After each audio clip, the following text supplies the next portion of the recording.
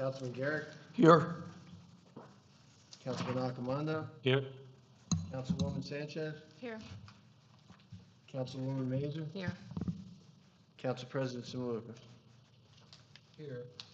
Please rise to salute the flag. Remain standing in memory of Pete Lodico, former Board of Ed member, Board of Ed President, Councilman, Council President, Mayor, Business Administrator, and current Township Clerk, and for Joe Schultz, a current volunteer fireman and current zoning board member. Pledge allegiance to the flag of the United States of America, and to the republic for which it stands, one nation, under God, indivisible, with liberty and justice for all.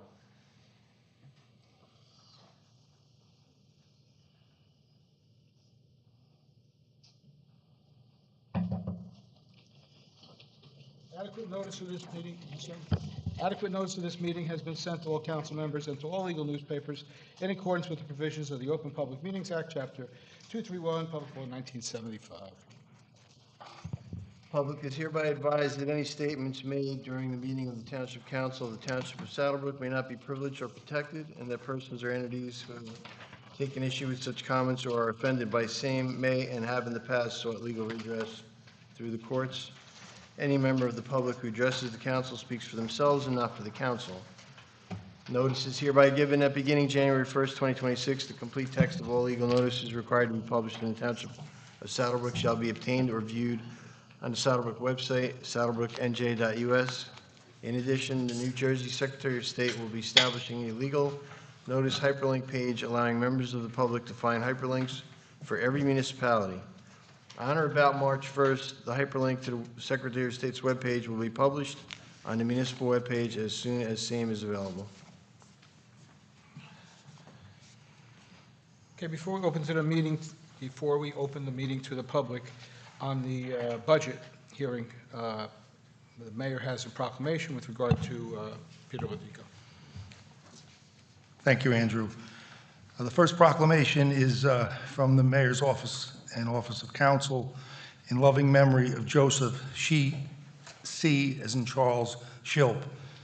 Whereas Joe is survived by Ann, his high school sweetheart and beloved wife of 60 years, his son Joseph Shilp Jr. and wife Susan, his daughter Pamela Blass and husband Jerry, his son Jeffrey Shilp and wife Marissa, and 8 cherished grandchildren, Katie, Mary, and John Shilp, Gregory, Michael, and Victoria Blass, and Nico and Penelope Shilp. Joseph was predeceased by his parents, William H. Shilp and Catherine Sackerman Shilp. Whereas Joe was a cherished member of the Saddlebrook Volunteer Fire Department, Company Number 1, for over 54 years. He had several leadership roles, including engineer, lieutenant, captain, and battalion chief. At the time of his passing, he was serving as president of both Engine Company Number 1 and the entire department. Joe was also a member of Saddlebrook Zoning Board of Adjustment for many years. Joe brought much joy to Saddlebrook families during the annual Christmas tree lighting and fire department holiday ride, where he dressed as Santa Claus. Whereas Joe was a graduate of Teterboro School of Aeronautics, he began his 40-year career with American Airlines in 1966 as an aircraft maintenance mechanic. Through dedication and hard work, he rose through the ranks of management and retired as manager of aircraft maintenance for American Airlines at LaGuardia Airport. Joe also served as American's aircraft recovery team, representing the airline at Ground Zero following the September 11th attacks. In November 2001, he led recovery efforts following the crash of Flight 587, assisting the National Transportation Safety Board in determining the cause of the accident. The findings contributed to significant changes in pilot training protocols and aircraft design that enhanced aviation safety. So now, therefore, on the 26th day of May, 2026, I, Robert D. White, the mayor of the Township of Saddlebrook, and Township Council wish to express our heartfelt sympathy to Joe's family and recognize his dedication and service to the community. So we lost Joe, and we lost another icon, Peter Lodico. So this proclamation is in loving memory of Peter Lodico. Whereas Peter Ladico, son of the late Angelo and Marion Ladico, was born in Passaic, New Jersey, and was a lifelong resident of Saddlebrook. Pete graduated from Paramus Catholic High School and Seton Hall University, earning a bachelor's degree in political science. And whereas Pete was a well-known and longtime community civic leader and cornerstone of public government and service to the Saddlebrook community. At the age of 18, Pete was elected as the youngest person to the Saddlebrook Board of Education and later served as one of the youngest persons in the country to be board president in the early 1970s. Pete was also administrative procurement director at Paramus Catholic High School. After serving with the Saddlebrook Board of Education, Pete was elected to the Saddlebrook Township Council in 1976 and would later be elected as mayor in 1985. After serving on the Township Council and as mayor, Pete was then appointed as Saddlebrook Municipal Clerk in 1997, a beloved and passionate role he proudly served in right up to his passing. Pete also had a dual role as the Saddlebrook Business Administrator for many years until 2022. Pete also became an active member of the Bergen County Municipal Clerks Association and later became the association's president in 2013. With a sincere desire to be dedicated and an active part of the Saddlebrook community and service to residents, Pete was also a member of the Saddlebrook Historic Society and named Township Historian, and was the mayor's alternate of the Saddlebrook Library Board of Trustees. Pete was predeceased by his parents, Angelo and Marion Ladico, and is survived by his loving brother, John Ladico, and his sister-in-law, Ellen, and was a proud uncle of Nicholas Ladico and Jennifer Vodovic, and husband, Andre, and great uncle of Milo. Pete also leaves behind countless family and friends, including his Saddlebrook family and friends he has selflessly served his entire public life. So now, therefore, on the 19th day of June, 2026, I, Robert D. White, the mayor of the Township of Saddlebrook, along with the Township Council, wish to express our heartfelt sympathy to Peter's family and recognize his dedication and service to our community. Council President, I would like to, at this time, maybe just everybody say a few words, especially about Pete. I know we already spoke about Joe at a previous meeting. It's up to you, you know.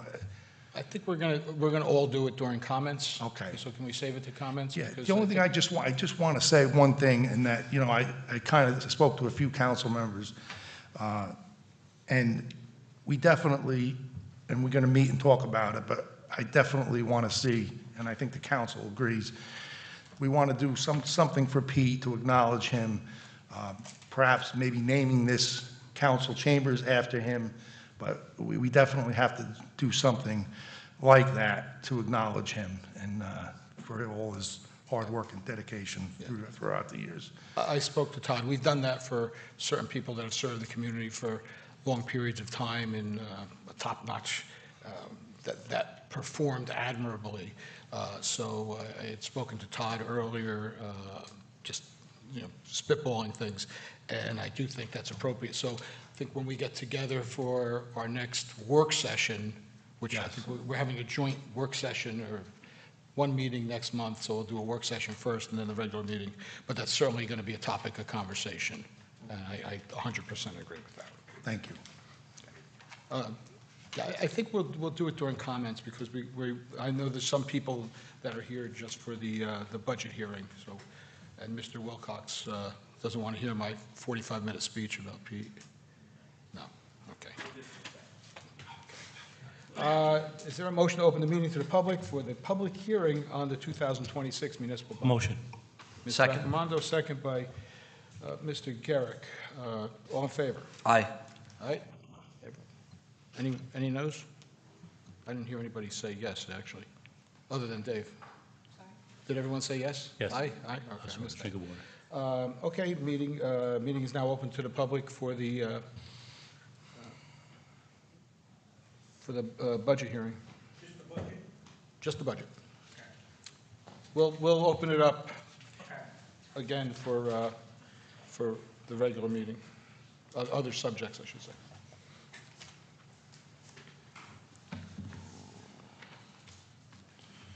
Good evening. I went through the budget about 4 or 5 times, so I don't know if you have the level of detail or granularity.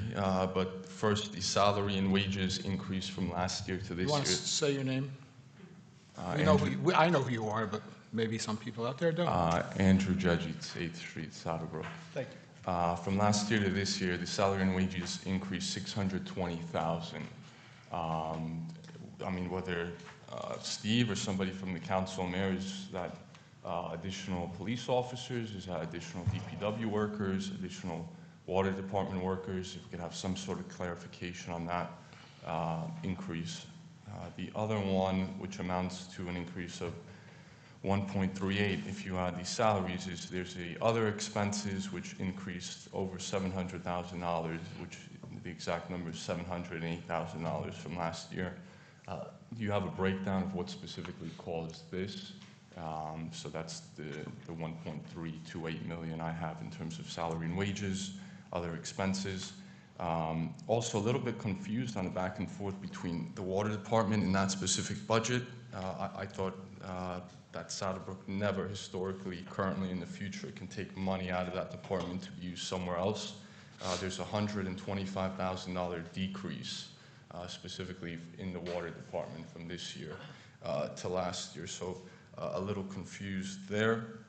And also, again, not in a financial statement, but the 8 employees we have in the water department, if we can get a breakdown of what their positions and salaries are, and the 2.8 million in expenses for water last year.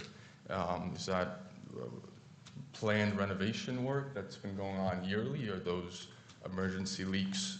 So just the 8 positions and the 2.8 million in expenses for water specifically.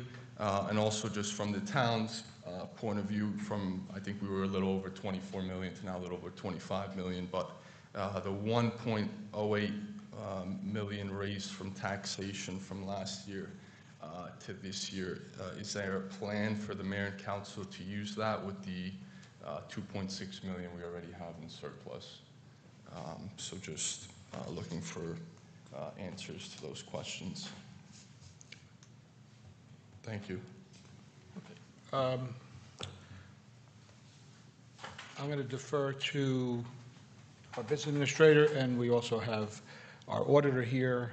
And I think the best way to do it is, rather than have everyone come up and then at the end just hit you with a lot of stuff, maybe it's best to answer the questions as they're fresh. So, Mr. Holmesy, do you have, I know that we talked at the last meeting about the difference about wages and salaries, how it came out of one department and went into another, and it was just an accounting issue. But if you want to talk about it, or does Steve want to talk about it? Yeah, I mean, I could begin just with the one line that was brought up previously, that it was, I'm not sure if it was calculated, all total lines that was being calculated, but in the last, with the question posed tonight, but previously, we consolidated a couple salary lines. So there was no necessarily increase. We had the special law enforcement officers in their own lines. We just included it in the police, total police salary lines. So outside of the contractual year-to-year increase, that's why those combined. We did that last year.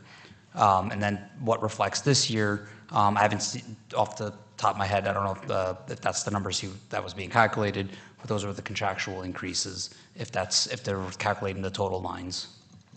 So the number that the speaker had indicated, something about $600,000 in increased salaries. Is that an accounting shifting? No, that's the year-to-year increase, budget to budget, from 25 to 26.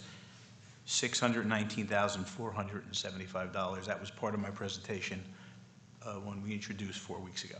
Those are based on the administrator. Those are all contractual obligations. Young guys getting steps plus their COLA increase, the normal progression through the police department, and Jimmy could speak to whether there's any additional employees. Were there any new hires?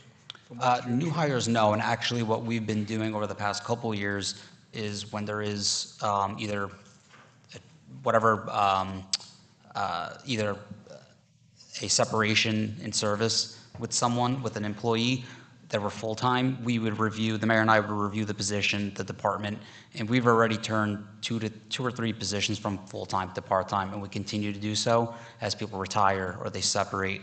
So we've continued to take that while keeping the same level of service. We review the department every time there is some type of separation or move, and we take a holistic approach and make sure we keep the same level of service and to ensure that we do the right thing for the township and the budget.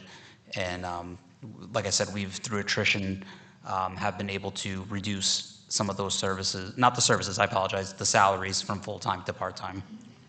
Some of the other numbers that the speaker had asked about, were you writing them down? I wrote a couple down, but I know Steve, me, Steve, and Vince have worked through the budget together. So Steve may have a little bit more detailed insight on some of those lines. Well, I heard a question about the water utility. Yes, that was one of them. Yes. The only appropriation in this budget now that the water utility pays the current fund is $95,000 for the water utility employees' share of the state pension bill. Okay. There is no other money in this budget going from the water utility to the general fund. Right. So it's not, the water department is not being used as basically a cash cow to, The water department isn't a cash cow. Although, since Saddlebrook owns the water utility, if there was money, legitimately, the municipality could take the money as revenue in their budget, but you don't. there was, and forgive me, I apologize, I didn't write it down. I was hoping somebody did. There was something about, it was $1 million thrown around as something. Yeah, if the gentleman would Can you come back Andrew, up in it. do you mind coming back up, because Make sure we answer the you still question. have, you still had a little more time, so if we could just Yeah, sure. do a couple of things that we didn't answer yet. Other expenses went up $708,000 from last year, this year. They certainly did. The bulk of that is the bill we get from the Passaic Valley Sewer Commission. It went up $650,000. Just in 1 year, it just went up. Yep. Okay, and do we have a breakdown of the 2 million in expenses specifically for the water department? That's just, The anybody finance here? department has the detail. In the budget, it's one number, but it's all the costs to operate the water utility, chemicals, all the things that they do. Water testing. So the 125K decrease from last year, this year, specifically in the water department, that was for an emergency mainline break, or that's for increase in labor costs, overtime costs? You say 125,000 decrease? Correct, from specifically in the water department, that was taken out from last year to this year. The water department budget went from $3,919,000 to $3,988,000. It went up about $70,000. No, there's something in there, it was 275, and then 275K, and then this year it went down to 150K. There's a few hundred, okay, not from. Not in the water budget I'm looking at. There's water utility and there's a water budget, but it did go down. It's the same thing. The salaries went from 425 to 450. The operating costs went from 2.6 to 2.8. Capital outlay stayed the same at 25. The debt service went up a little bit based upon the debt service that needs to be paid this year. The pension number is the same 95, and the social security number is the same 50. I'll look back at the budget and come back later, but on the salary and wages, because I asked from 2024 to 2025, and you gave me that same response, because last year was 450K increase, and you said it was an accounting adjustment that took you 3 months. So this year it's the same thing. From 2024 to 2025, we have 450, 460K salary increase. You said it's an accounting mistake or some sort of accounting methodology, and this year it's the same thing. There was no 2025. mistake. No, you took 3 months last year, and I kept coming back for the 440K increase in salaries. That was And you one said that meeting. was- well, you just gave the same explanation of a different accounting method or accounting approach to make up an additional 620K. I mean, this is the rolled-up township budget with, everything, all departments. So I don't know how you can have an increase of 620K this year from salaries and wages. 2 years ago to last year was 450K. What The happens- 450, That'll be the last question, but you can certainly answer. Well, again, what happens is that you've got union contracts with specifically the police and the DPW. You get younger employees, and the steps that they get are pretty substantial year to year. So that's what the number is. The salaries appropriated last year versus the salaries appropriated this year. The increase is $619,475, and those are all for current employees for the cost of living increase plus steps. Thank you. Sounds good. Thank you.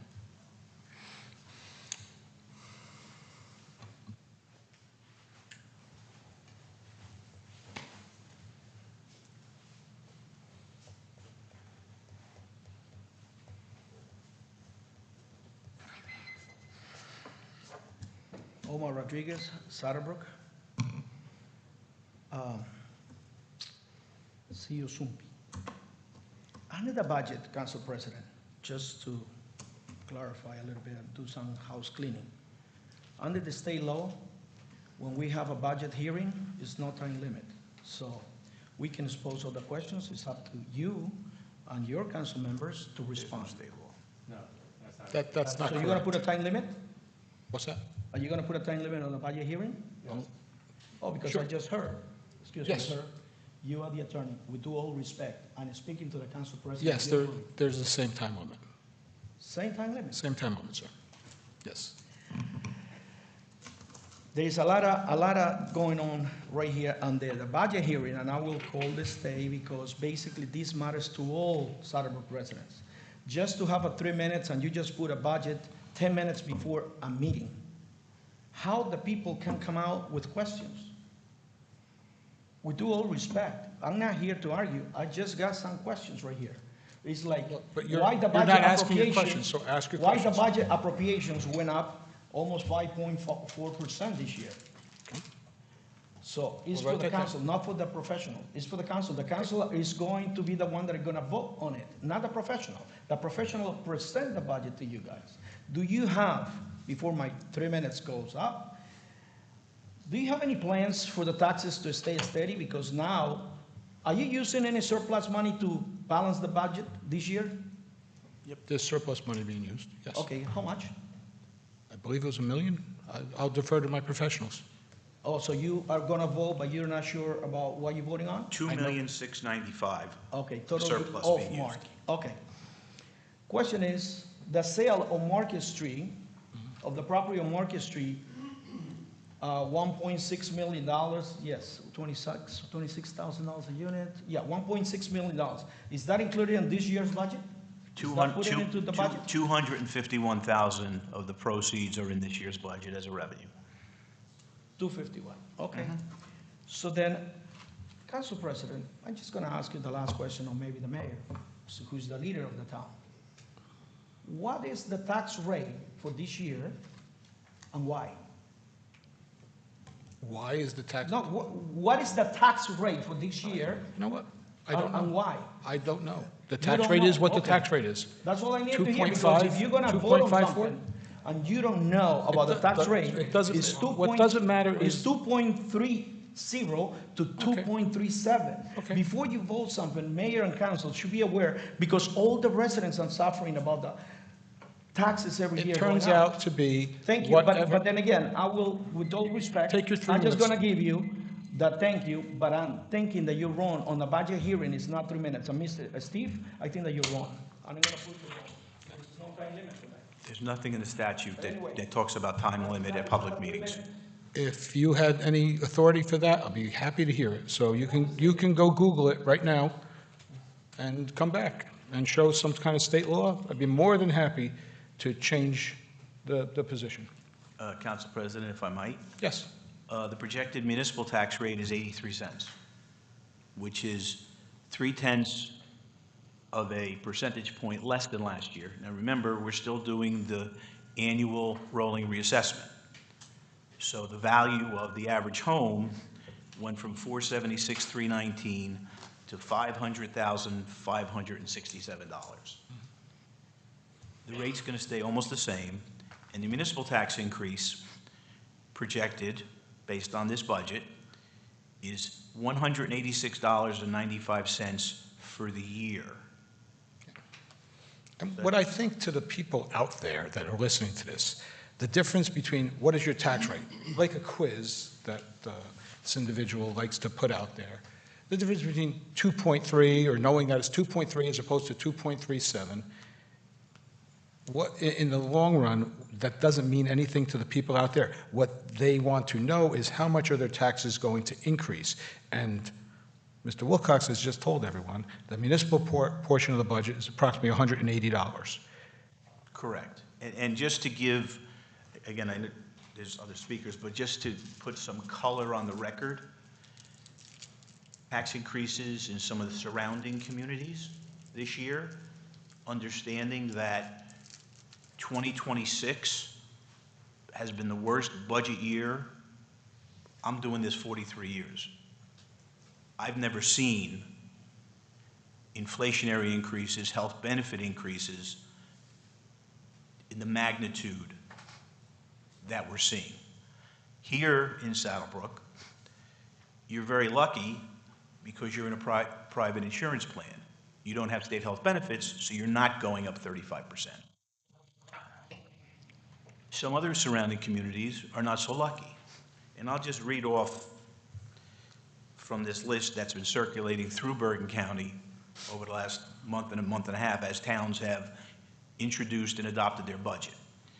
Bergenfield, now this is municipal increase only. Bergenfield, $404. Englewood, $254.55. Fairlawn, $385.34. Hackensack, $557.76. Teaneck, $448.95. Washington Township in northern Bergen County, $343. Lyndhurst, $335. Maywood, $311. All of them are a lot more than $186.97.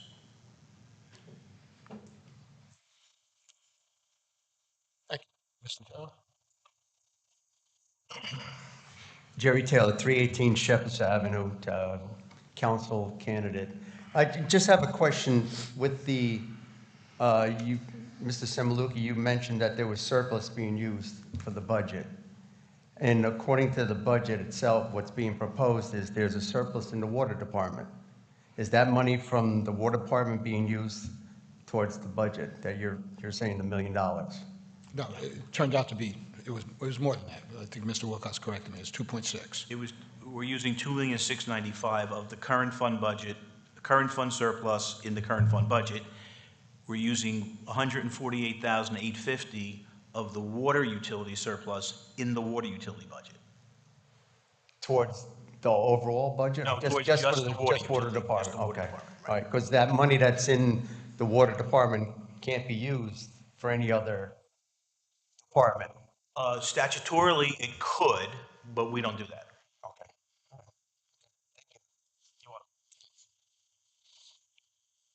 Anybody else with regard to the municipal budget hearing?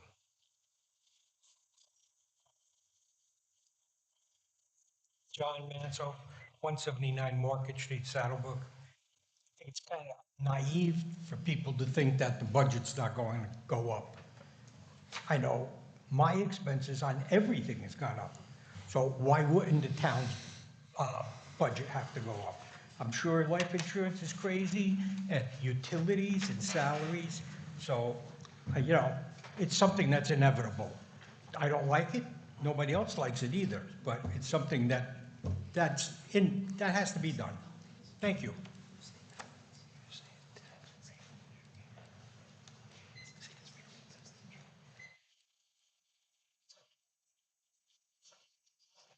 Wilcox, I'll just ask you something before, we'll do a, is there anyone else want to address the council with regard to the budget? Okay, I'll entertain a motion to close the meeting to the public with regard to the budget hearing. Motion to close the meeting to the public. Derek, second by Ms. Mays, all in favor? Aye. Aye. Any objections? Seeing none.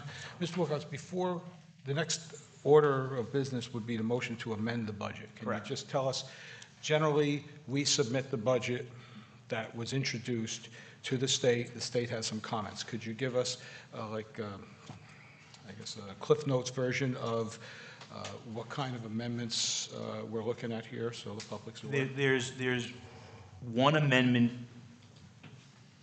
being required by the state, and that had to do with one of the items of revenue that wasn't realized last year, that we budgeted again this year, that we will realize this year, but they said they would rather it come out and we replace it with another revenue, which this is a two-line amendment, making a technical adjustment pursuant to the state.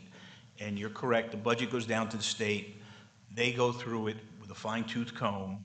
They came back with comments.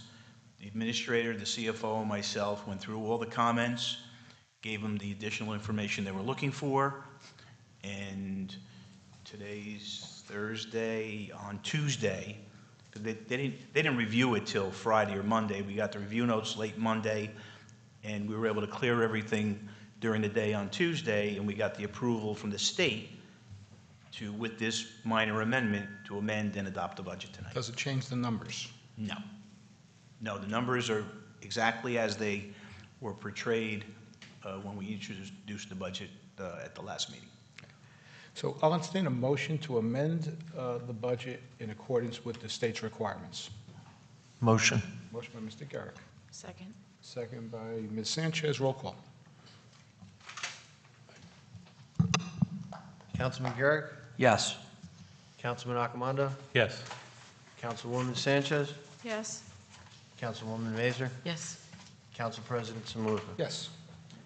Next, I will entertain a motion to accept the municipal budget as amended by the, with the state's recommendations. Motion. Motion by Mr. Garrick, Second. second by Mr. Accomando. Roll call. Councilman Garrick, Yes. Councilman Accomando, Yes. Councilwoman Sanchez, Yes. Councilwoman Mazer, Yes. Council President Samuka. Yes. I echo Mr. Manzo's sentiments. Everything goes up. I wish that I can tell you, as somebody who's been elected 5 times, that your taxes are going down.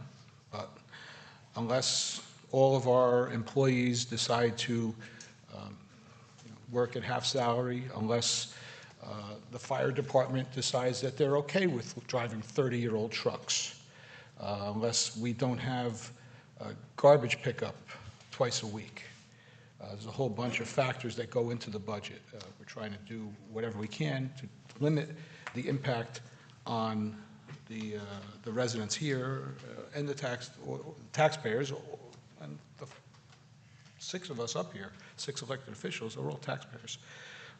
So we try to do our best, and in listening to the numbers put out by Mr. Wilcox, it seems like that we did a pretty decent job considering a major increase in Passaic Valley, 650, almost $1 million, two-thirds of $1 million, just in one of our costs. And that doesn't include $141,000 increase in the state pension bills, which you get the bill and you pay it April 1st. If you don't pay it April 1st, the state charges you 18% interest. So you are correct, Council President. In this environment, $15 a month increase over 12 months is stable taxes. If you look at the budget and the total tax levy for the municipality, the municipal side to the average homeowner, $4,154.71. That's $346 a month to the average taxpayer in Saddlebrook for police, fire, ambulance, recreation, construction, Board of Health, this building. Through the chair. Just to add, listing some of the non-discretionary spending and the increases year to year and the items that we can control. Some of the items we do control that aren't really forward-facing, that are just more managerial, contractual, we're proactive on. Health insurance, we negotiated to readjust the plan design that would be keeping a similar level of benefits for the employees, reduced it. We don't just renew just to renew. We go out to market. We get competitive bids and quotes for everything.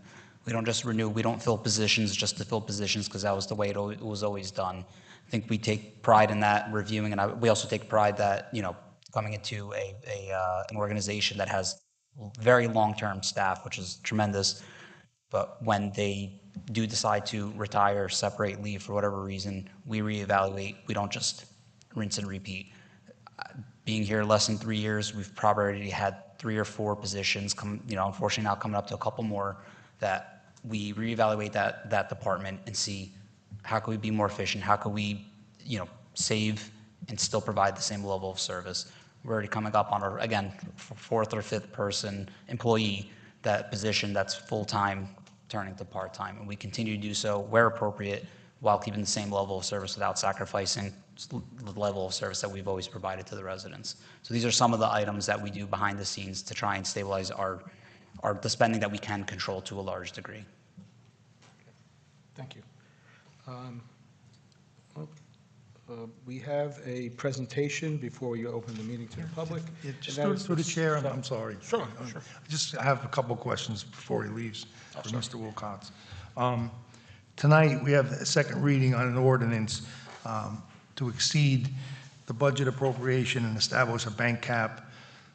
Can you just explain, because it may come up later, what that is? Because it sounds a lot worse than what it really is. It's a perfunctory exercise that every municipality does every single year, which allows you to preserve your appropriation cap bank. And that cap bank, the state sets the cap rate every year. The rate for 2026 was 2%. You have the ability by statute to increase that 2% to 3.5%, which you've done every year that you and I have been here. And every municipality that I know of passes the same ordinance every single year religiously, because it preserves the amount that you're under the appropriation cap for future years.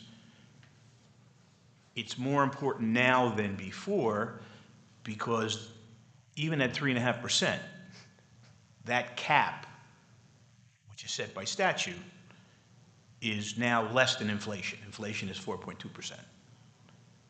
So you need to operate the municipality, and quite frankly, a box of paper clips today is more expensive than it was last week. And I mean, that's what we're seeing. I think everybody's seeing. You see it in the supermarket, you see it at the gas station, you see it everywhere. So again, it's just an administrative function to adopt that ordinance, continue to have every tool in the toolbox for future budgets.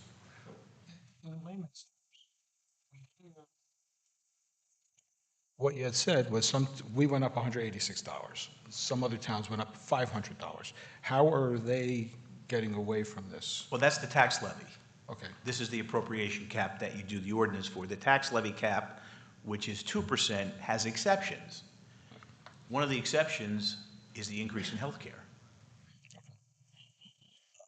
There's other exceptions for debt service, for pension payments.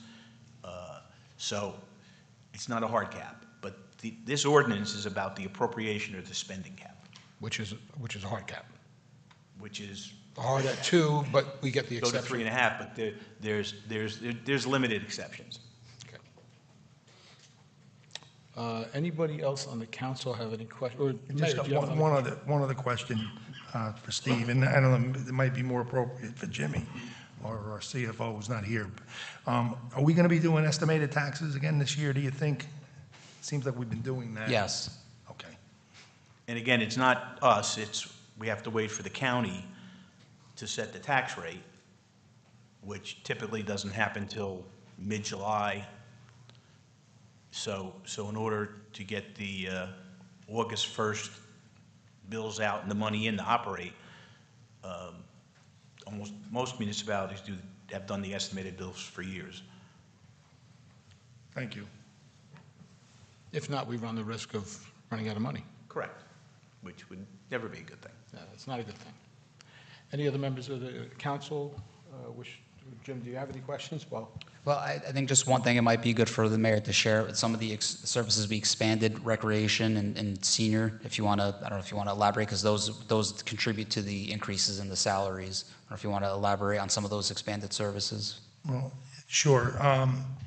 With the senior citizens, we now do the free lunches, which 3 days a week, 3 days a week, 3 days a week.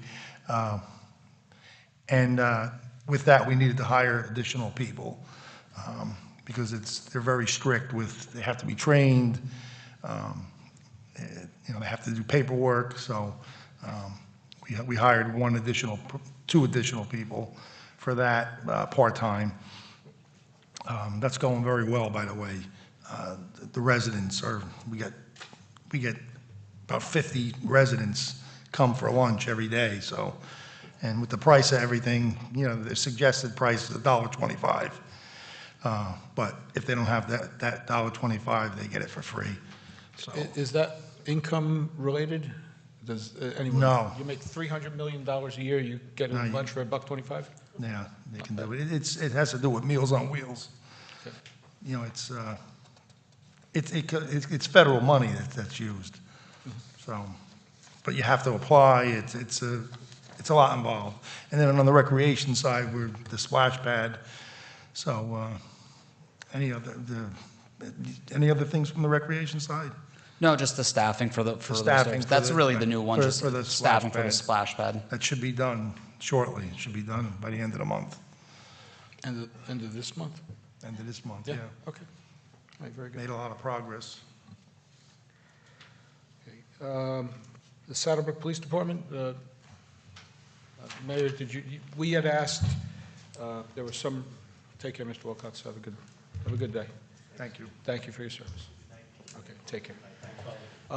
Gentlemen, you want to come up here? I know that we had some issues, and residents from Leicester Ave come here a number of occasions regarding some issues that they had with regard to parking, and we reached out to our police department to see what, if anything, they could come up with that might alleviate the situation.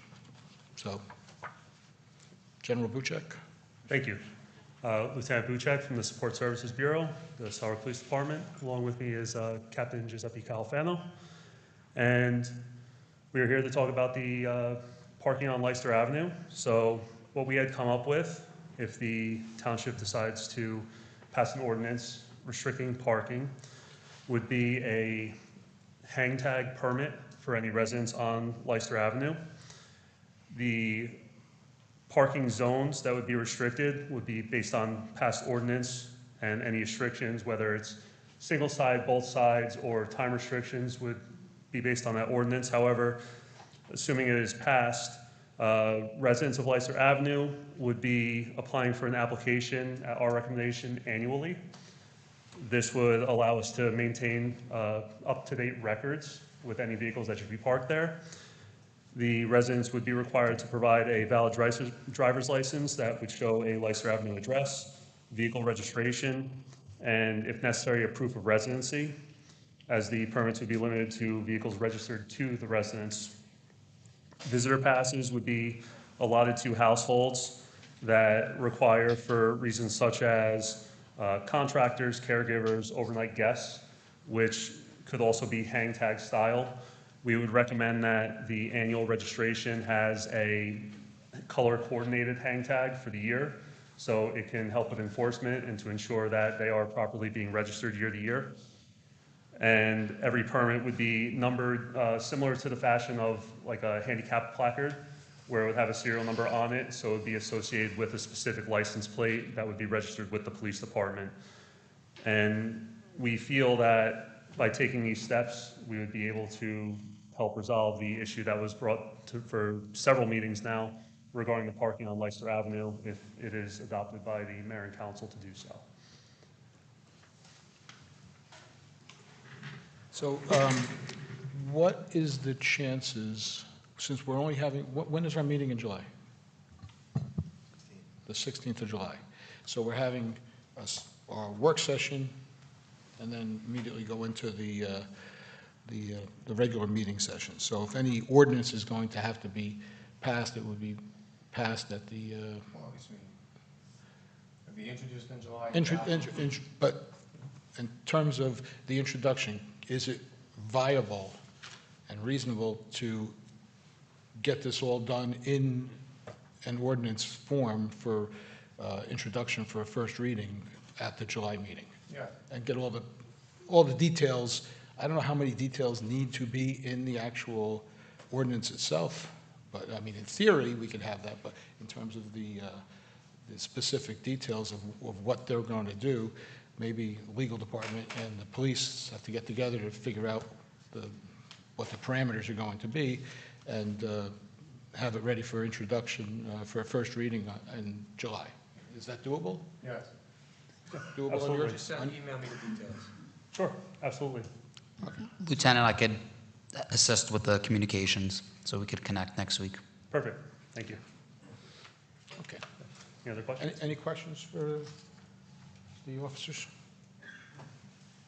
So Mark, what if somebody got a new car? They would have to come in, I guess, to the police department and get a new, Yes, sir. a new door hanger, whatever? Yes, sir. So the plan would be to have the hang tag would be associated with the license plate, so we can ensure that they're being appropriately used with the vehicles that are registered to them. So if someone were to get a new vehicle over the course of the year, then they would have to simply complete a new application, submit it to the police department, and then we would issue a new hang tag for that vehicle. Okay. And that's why part of the reason for the annual renewal would be so we could keep everything current with the owners of the vehicles, so we have that database built. And if anyone does get vehicles and they happen to not do that over the course of the year and they want to re-up for a new hang tag for the next year, then we would work with that renewal process. Do you suggest any cost for that? I mean, for the resident do they have to purchase it, in other words? I mean, I don't. So we did see in our research that it's not uncommon for there to be fees associated with parking permit programs. So that would be, again, up to the mayor and council, if that's something that wants to be budgeted, or if there's going to be a cost associated with it. But we did see that when we did our research regarding other towns doing their. I mean, how much of a cost is there with the hang tags? It can't be that much, right? I mean, and it's a short street. I can't imagine there's that many. Besides the administrative, residents? the time 18 in houses? the administration of doing all that, let's set that aside. But in terms of the physical production of those tags, did you get any kind of price on that? I don't have a price quote for the physical tag yet. Everything that we saw was really an administrative fee that would be issued out, varying ranges, some based on just household, some based on per vehicle or per placard issued. But there was nothing that we saw from surrounding towns that have parking programs that would say the hang tag alone costs this much money. So I can prepare for the cost for an amount of hang tags that we think would be appropriate for the street. I understand there's not a lot of homes on the street, so we can get a price for the hang tags for the year and prepare it for the July meeting. Yeah, I think that the administrative side of it, that's something that the town would probably eat. It's the doling out the money to actually get the tags to the residents that they most likely would be required to pay for. I personally don't think there should be a charge. No. I mean, there's 18 houses on there. Yeah. Even if you have 3 vehicles per house, how much can the tag cost? $2 each? Probably a few dollars each. Yeah. I can't see it being a big expense. Yeah. I don't think it would be even a double-digit expense for a single hang tag.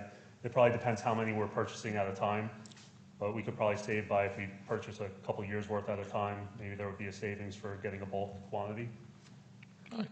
All right, well, if you can get some numbers, and then we'll talk about it at the work session, and then, you know, most likely introduce it for adoption on first reading. Yes, sir, absolutely. Okay. All right. Thank you.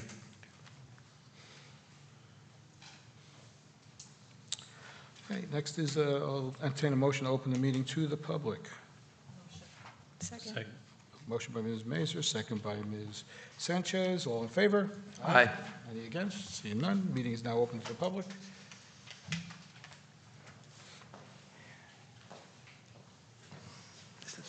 John Manzo, 179 Market Street. I'm going to forego my usual questions. I just want to talk about Pete, who was a close personal friend of mine, at work and when he was at home.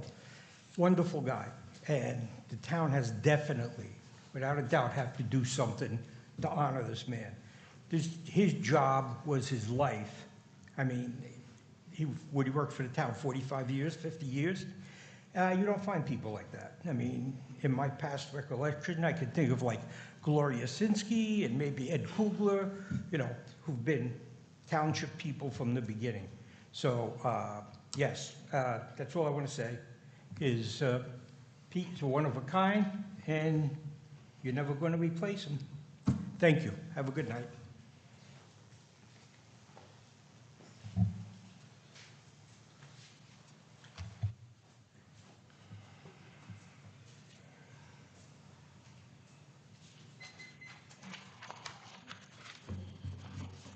Andrew Dredge, Saddlebrook. Just looking for a few updates and timelines.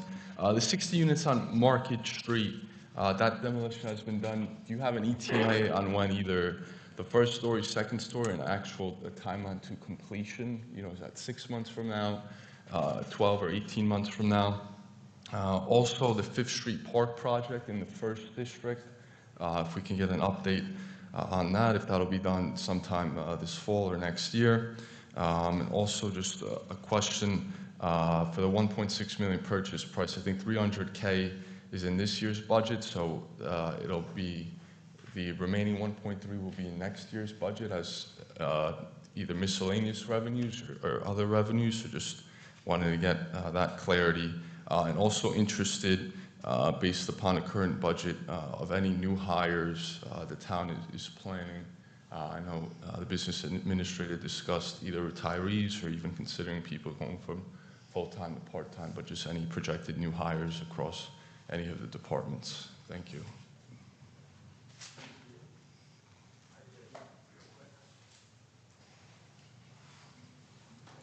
Thank you.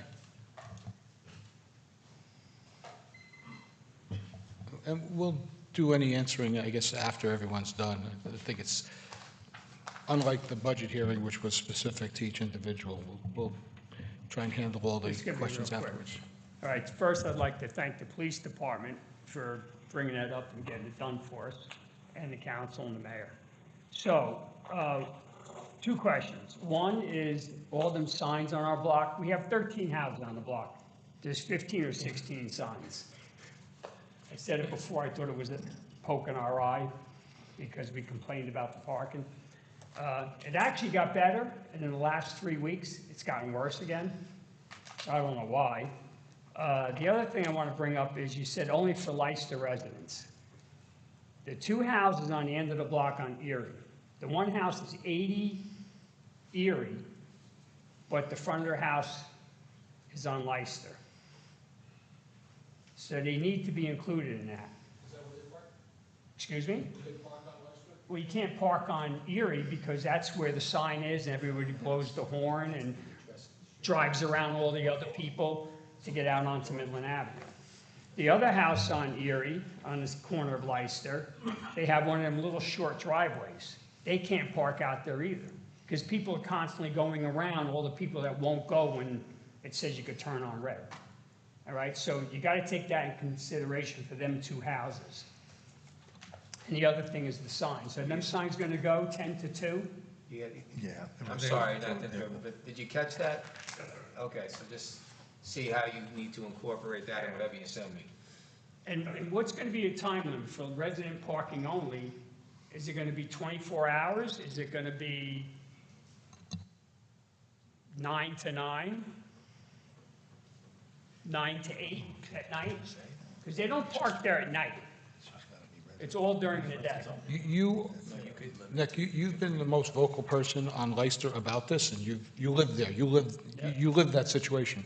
What is your suggestion?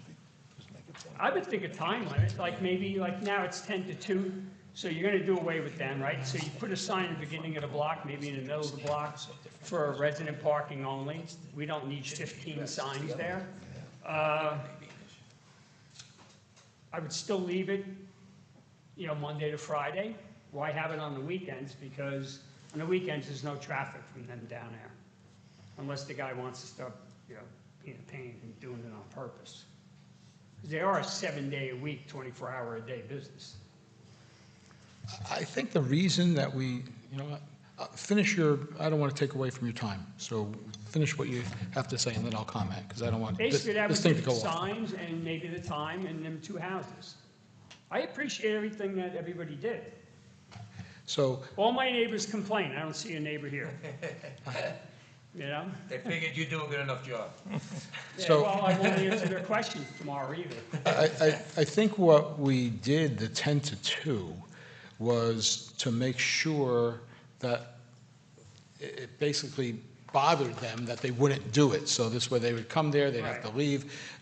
We've done that in the past, I think, on the number streets, the low number streets. Yeah, but that ordinance was there from Pete put that ordinance in, he got that in back in 1985, the 10 to 2, all right? Because we had the school there. After that school left, everybody that's been in that building have been wonderful. We had Mark Howe there for years, never a problem, they used the back road. We had the company that made the little baskets, they used the back road. Just this guy, and why I have you here, that's why the sewage thing went up $300,000 because of that same factory. I'll address that. But why don't you come up with something, I'm talking to the police now, in terms of what you think the best thing. The bottom line is that we want this to be for residents only, whether it's, they're not parking there at 2 in the morning, that's not the issue. The issue is to so maybe from 9 in the morning to 9 at night, or 8 to 8, or 8 to 12. We'll come up with something based on what your determination after your investigation. They never park there Saturdays and Sundays. All right. It's always Monday to Friday. Easy enough. Thank you. Got it.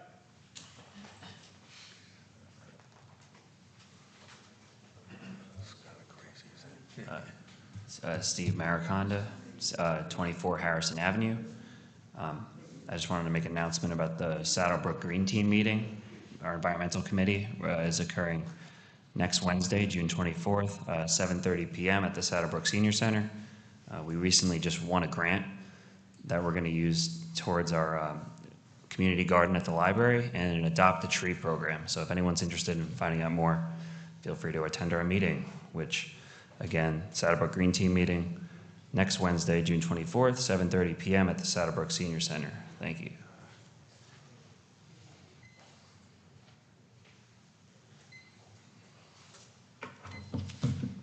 Omar Rodriguez, candidate for mayor. If I were to be elected or sitting up there in an elected position, I would name a park or a street after Pete Lodico. He was a true friend, and he deserved that and more. During the budget, how could it be that our fire department sacrificing their lives? They just have $257,000 budget. $87,000 is for their uniform allowance. Then you look into the finance department that is just a handful of people, and they got a budget of close to $500,000. If I were to be elected, in order to manage the budget, I would establish salary caps to the highest paid employees. Just in particular, there is one employee with all the health benefits. If we divide it by the 32 hours a week that they work, He's making $150 an hour. We're not a rich town. Something needs to change. Moving up. I wonder the 60,000, the 60 units on Market Street that it was sold by the town for $26,000 a unit. Where those kids are going to attend the school? In Smith School, Franklin School, have the municipality has any communication with the Board of Education? What happened with Russell Lane? 60 units. Russell Lane is by Midland Avenue, by the nursery next to Mason in the back. 60 units. Those kids are going to go to Lone School. Are they going to be able to afford that amount of kids coming into the school? And I keep on bringing Market Street because it's up to now that I have it on my mind when I hear those meetings and they telling me that 120 cars that are going to come into Market Street, and this is on the record, not that I'm making it up. 120 cars are going to help to alleviate the traffic on Market Street. That is a lot. That is the same laugh that I have when you guys lie about Caldwell Avenue, that low-income housing was going to come there, is going to produce ratables for the town. Guess what? The units are there, and they are just paying $16,000. That is another lie. So the lie's got to stop. We need to focus into the future. There is a lot of things that the town can do it, but we need a leader to move Saddlebrook forward and to bring it to the next step, because we have zero on shared services. Then why did we fire the senior citizen bus driver? How much money is contributing to the budget?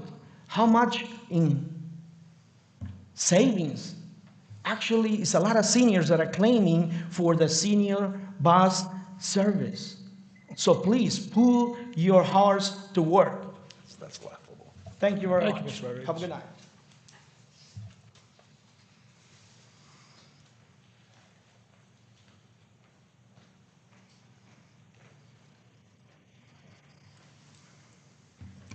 Faith Monastery, 25 Dana Way.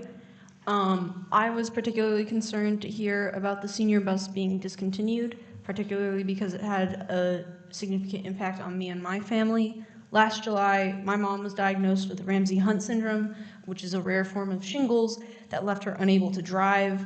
Our household is very small. It's just me, my mom, my dad.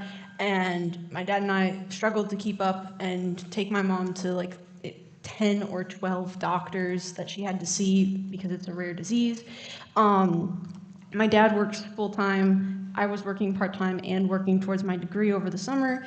And the senior bus provided an answer to our questions and was a huge relief for our household. It allowed my mom to make her doctor's appointments, that allowed her to improve her condition to improve, and to keep the household running because she could go to ShopRite on the weekly ShopRite trips. Life can be complicated, messy, unpredictable. My story is just one of many. I'm sure a lot of people in the town have benefited from the senior bus, and people can become disabled overnight. And Saddlebrook Senior Bus serves to help those people who struggle to keep up with the health changes in their life. Thank you. Excuse me. Thank you. Just one second. I believe the county has a bus service. So if you want to give me your information, I'll look into it and see if we could make something happen. The county does have a bus service, but their hours are extremely restricted. It's only from like 10 to 2, I think. I don't know the exact details of that, but the county does have a bus service, but it's restricted and already overloaded. New Jersey, Bergen County is a big county, and it's got a lot of residents. It's already overloaded, and having town senior buses takes a load off the county bus. Thank you. Thank you.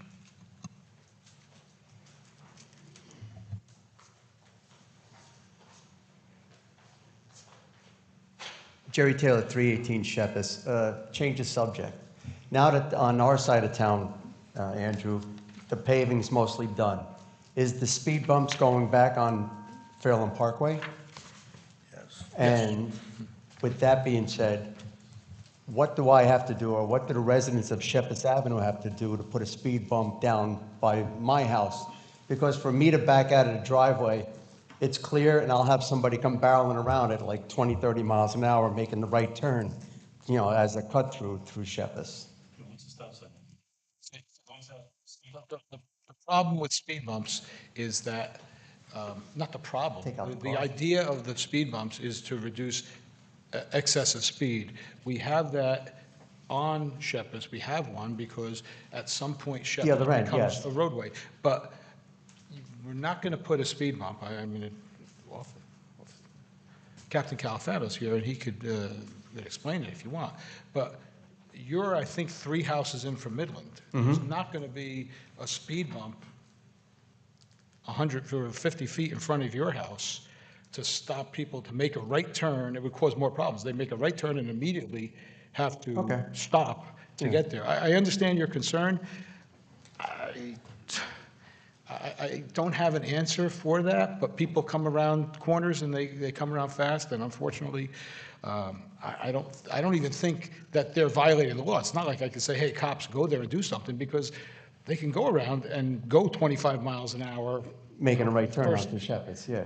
They could do that. Unfortunately, for people backing out, it could be a problem. So you're going to have to be very vigilant on that. I know it's just one of the dangers. Different people live in different areas and different parts of the block, and unfortunately, you're going to have to. I wish I had an answer for you, Jerry, but I don't. Fairland Parkway? Fairland Parkway's, Bob, they're going back. It's going back? They're going back, and the ones that were taken off that need to be repainted will be repainted.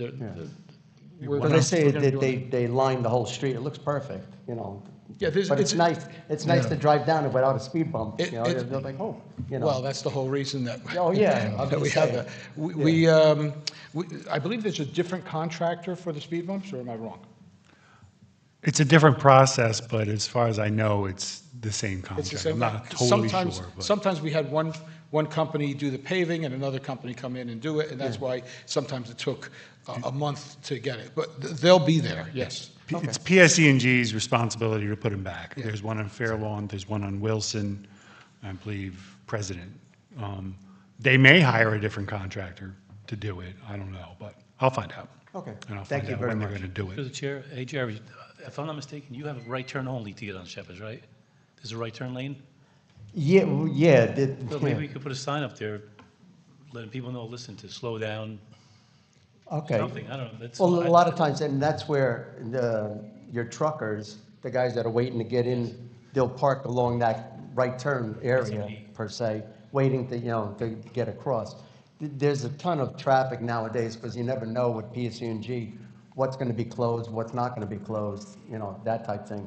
But yeah, because you got people making the right turn. And the only reason I asked, my neighbor, the older gentleman next to us, happened to be pulling out just as somebody came across and basically broadside him, sitting there. He thought it was open, and then the person comes across, and, that's why. So, speed, and again, speed bump at, 100 feet in, that ain't gonna work. No. Yeah, per se. I wish. Maybe I had a some, better- Wish I had a some better signs. answer for you. Yeah. Through the chair, just so you know, too, I just want to be transparent. There was plans to put another speed hump on Shepherd's. Right now, there's one on Right. Shepherd's near Yeah, between yeah, Maple past and the S Spruce. turn, yeah. But yeah, and what had happened was a resident over there was very, very upset when they found out it was going to go in front of their house, and they threatened to sue, and it was, and we've had some issues with that in the past. So we tried to look for another location. Of course. And some of the residents in that general vicinity where we wanted to put it, they're dead set against having it in front of their house. It makes noise. Yeah. I Vibration, understand. things like that. So Absolutely. But, thank you very much. you're welcome.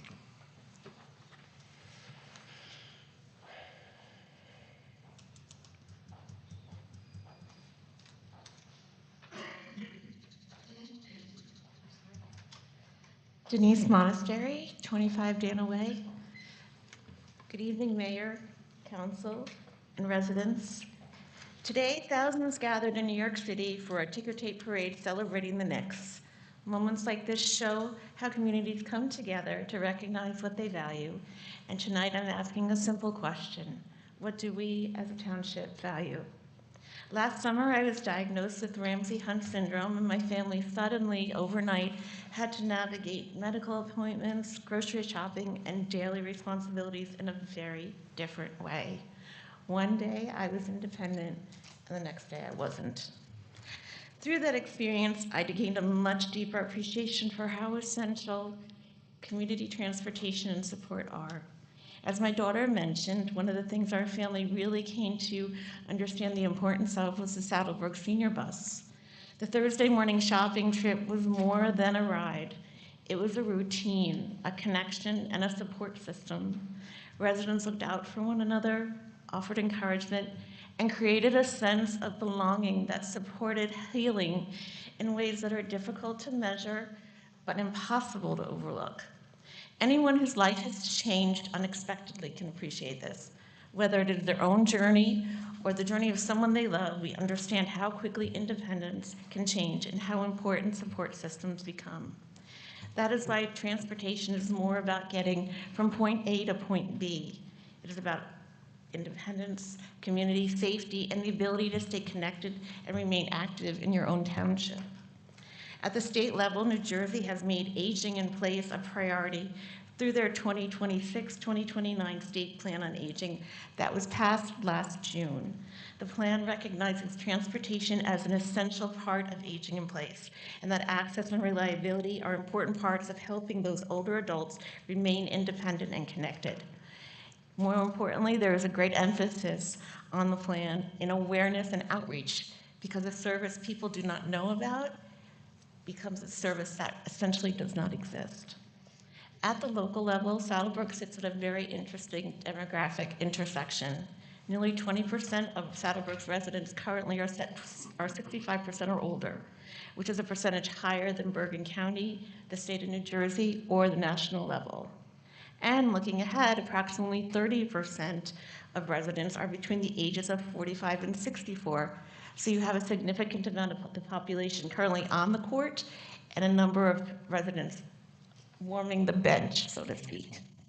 A strong team prepares for the season ahead, and the community is just the same. Planning for an aging population means preparing before the needs become urgent. And to better understand the available alternatives, I did reach out to the Bergen County Transportation today, actually, and was told, after waiting over 20 minutes on hold, was told that the next shopping day was June 29th, and that I was limited to four bags. I'm sorry that I'm going over the minute.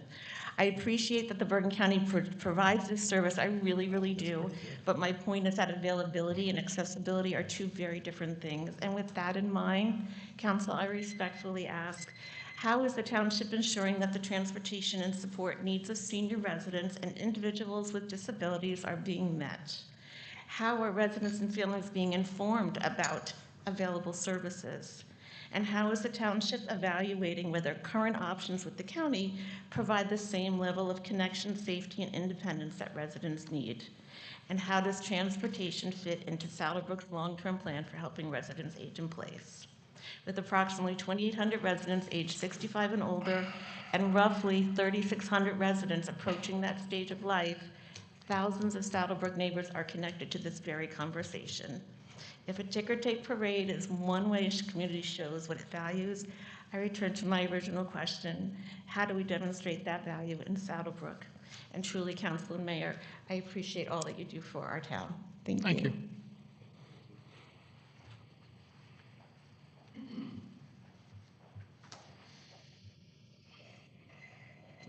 John, weren't you here before? Weren't you up here? I can't talk twice? No. You do a different subject? Nope. You got to roll them all into one 3-minute package. Things change. You're gonna learn next time. You're gonna learn from the July meeting. You got to wrap everything up.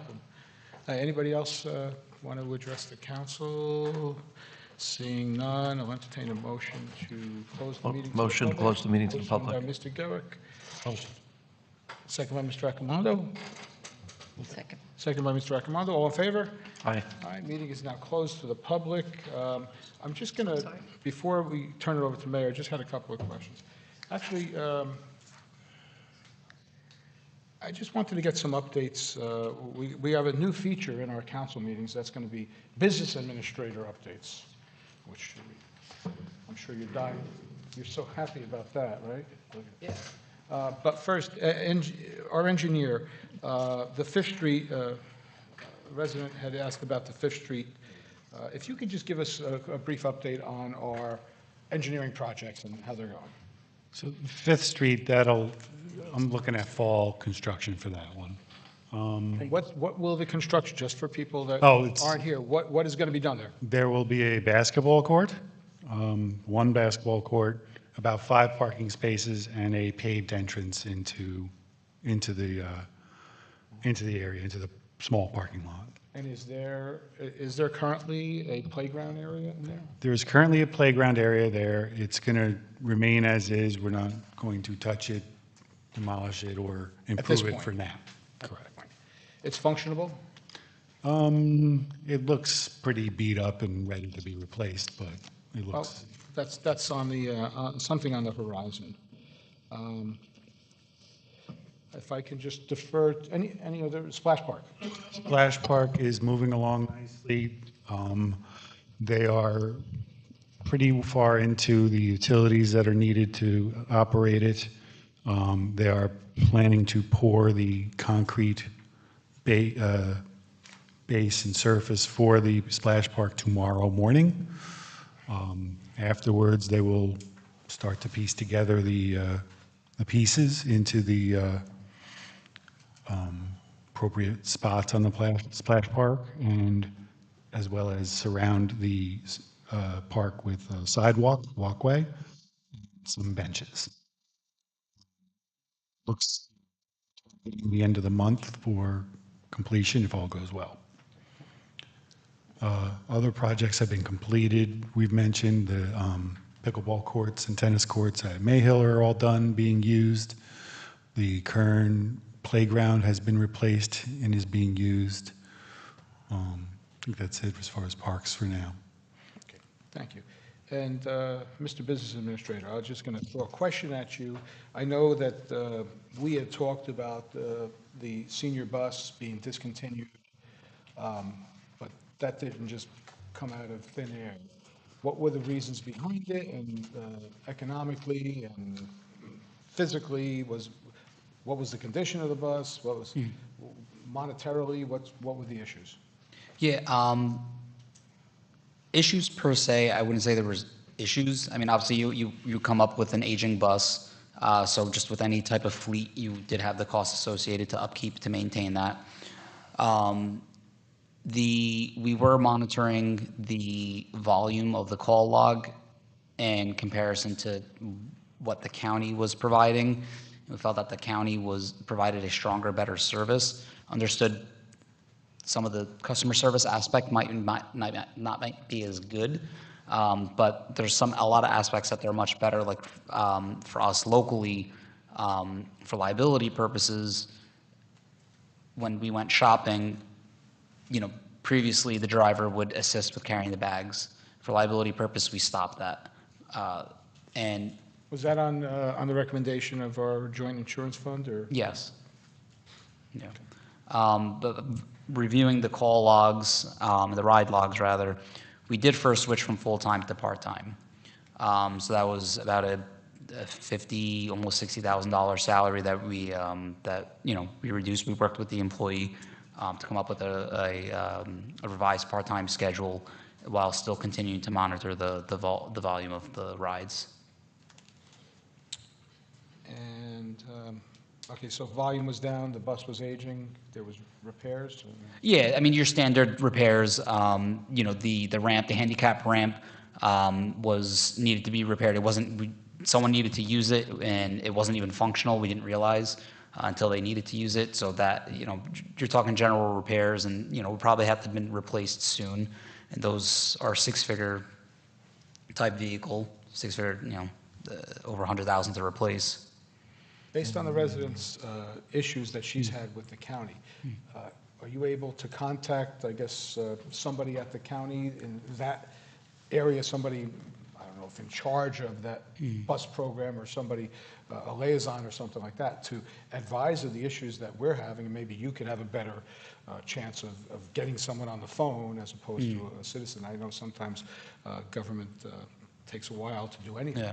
But if you could reach out and Yeah, see absolutely. if there could be any information, if we could get the young ladies. Absolutely. Information in terms of getting back to her specifically, and maybe even announce at the next meeting what you found out from them in regards to what they offer and when they offer it, No problem. how they offer it. Yeah, will do. Through the chair, I'll personally reach out to them. Jimmy mentioned it briefly, but there are, the majority of Saddlebrook residents are using the county now, vast majority compared to, I mean, the call volume was minimal here in Saddlebrook. They also have an aide on every bus, along with a bus driver.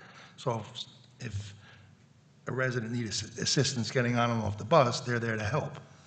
We didn't have that. We had one 75-year-old or 80-year-old person driving the bus, right? Yeah, I don't know what his age is, but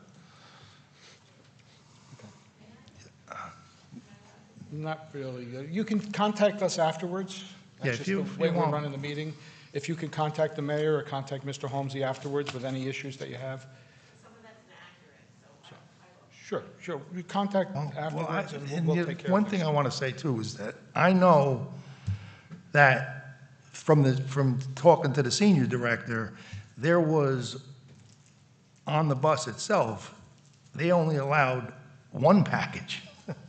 I don't know if, that's what I was told, that there was actually on the bus, it may still be there, because we still have the bus, we haven't done anything with it yet, but there was a notice there, one package only.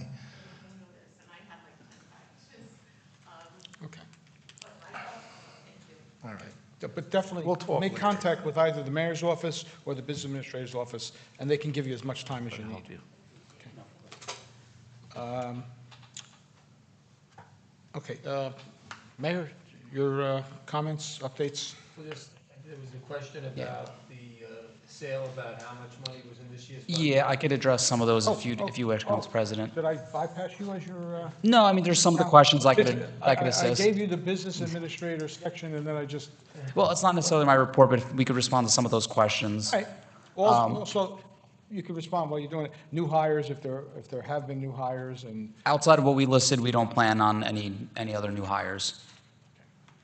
potential new hires might be if we have retirements in the police department or DPW. Well, replacements, yeah. Yeah. Do you want me to, regarding the Old Town Hall? It's your show.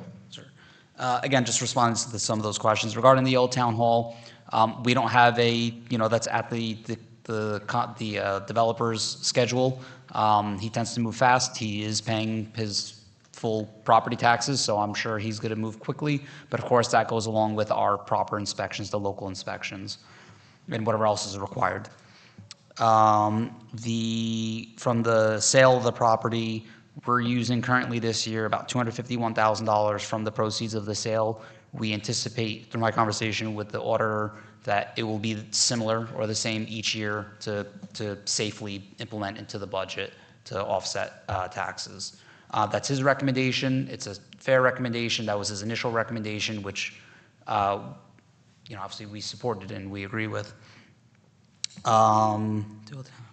Fifth Street Park was addressed, new hires, and another question from another resident. I just wanted to provide clarity about Scheffler, Mike's Amazing, and the sewer fees. I just want to be very clear that how it works with Passaic Valley with a permit user that large, we probably have somewhere about 8 or so total into town. So what happens is that we get billed from Passaic Valley, but we pass along those fees. So when they came about, I don't know exactly the time frame, but Passaic Valley direct bills Mike's Amazing initially until they could understand their consumption and usage. Once they have an idea over however many, whatever the time period is, a year or 2 years, they remove the direct bill to Mike's Amazing, then it just gets implemented in the town's bill. But when it gets implemented in town's bill, which is the first year this is happening for Mike's Amazing, we pass along 100% of those fees to that user. So that $650,000 increase from Passaic Valley, about half is attributed to Mike's Amazing, which again is being 100% passed along to them. So I just want to provide clarity and be very clear about that permit use through them with Passaic Valley. That's it for now. I appreciate the opportunity at the meetings, and I'll have comprehensive reports going forward. Thank you. And Mr. Mayor? Thank you. I just want to start before I forget, addressing the individual that was running for mayor, mentioning about that we have 0 shared services, but then in the same breath, he's complaining that we got rid of the bus. But, you know, by doing that, we save money.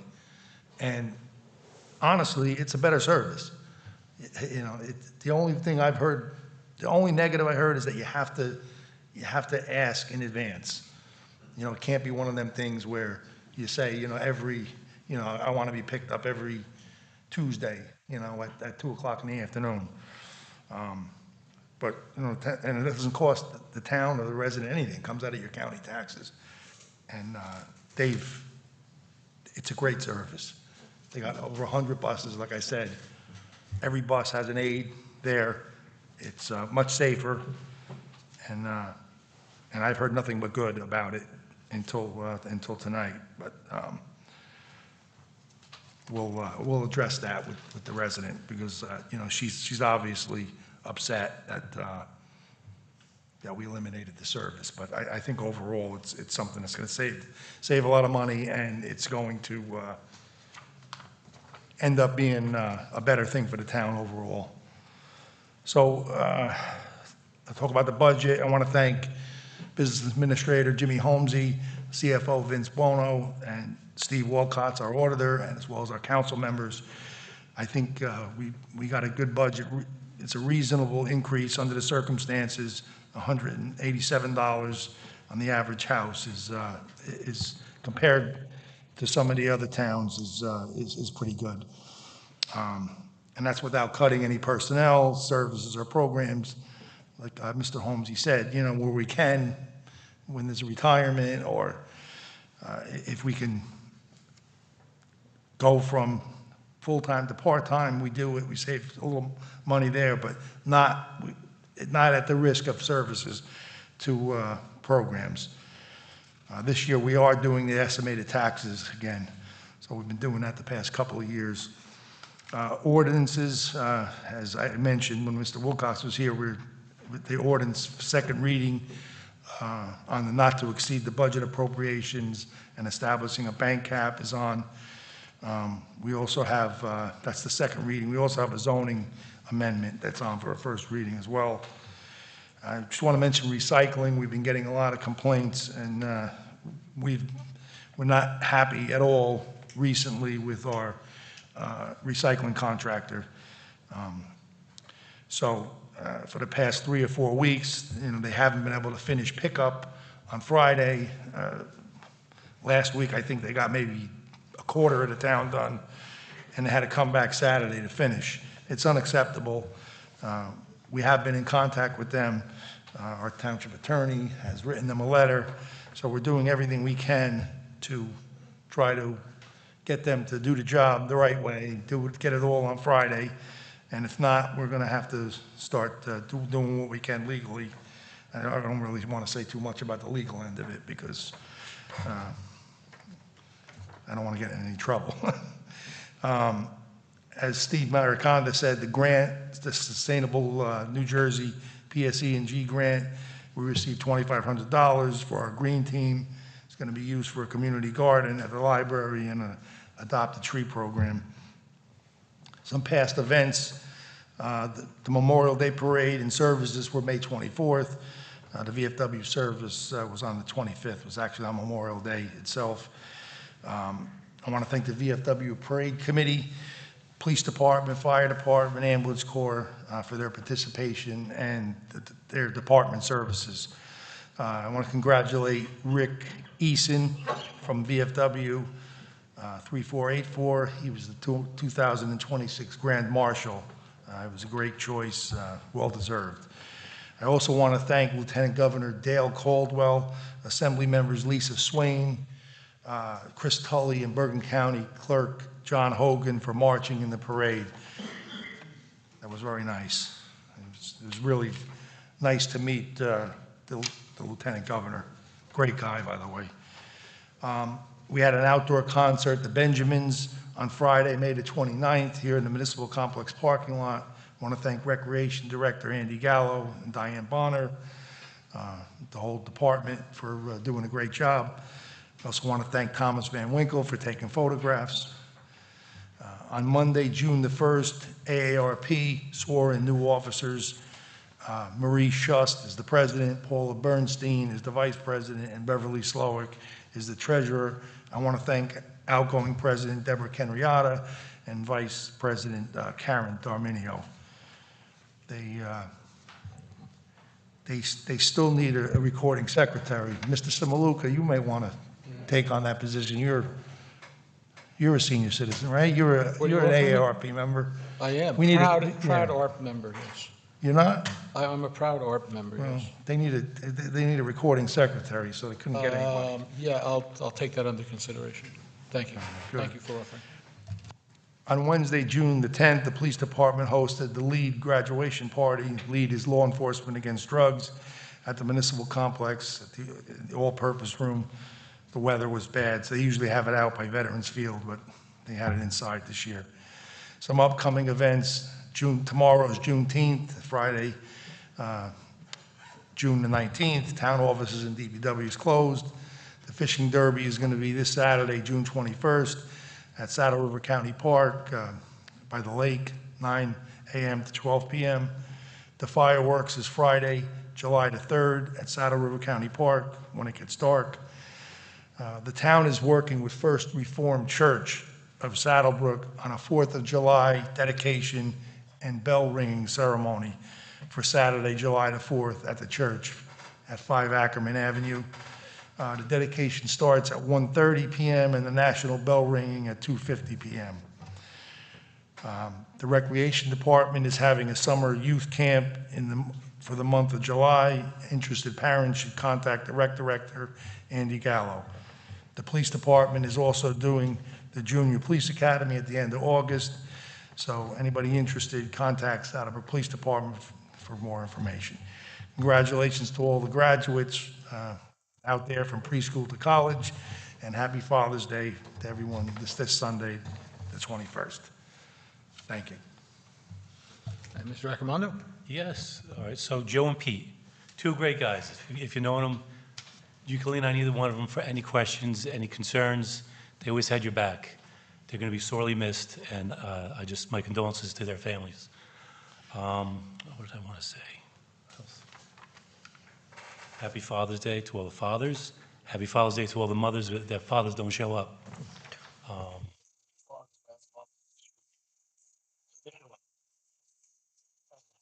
had something else, but I forgot. But you might have to come back to me. Thank you, Council President. First and foremost, my prayers and sympathy to Joe Schlepp's family. He certainly was a dedicated individual, and he's definitely going to be missed. As far as Pete, if you were fortunate to be part of his exclusive club, to be called his friend, you know what I'm feeling. Up until probably about 10 days ago, he wanted me to take him here to the council meeting. I've known Pete for probably 40 years. He's never been angry with me, but he certainly was angry that day because I couldn't make it happen. He actually went as far as to call my daughter and ask for her to take him. So I'm on that list. I was on that list. But I also like to shout out to Joey Sedekes, who he went above and beyond the care for Pete. He's a great friend, great individual, great caring man, and you to shout out to him. On a more higher note, I guess, I'd like to congratulate all our preschoolers from preschool to grad school. 2026, great future ahead of you. And I'd like to also commend the mayor, our business administrator, all our department heads, our professionals for putting together a fiscally responsible budget. No one likes a tax hike, that's for sure, but you know, to keep our town going and services that we provide, it's a necessity. And happy Father's Day to everyone. Thanks. Mr. Garrett? Good evening, everyone. My sincere condolences to the Schultz family and to the Ledico family. Two great men. I met Pete back when I was a freshman at Paramus Catholic 41 years ago. Just an outstanding person, as well as Joe. We lost two wonderful people in Saddlebrook here. People that want to pay their respects. I know tomorrow from 3 to 8 at Kugler Funeral Home on 5th Street. He will be laid out there.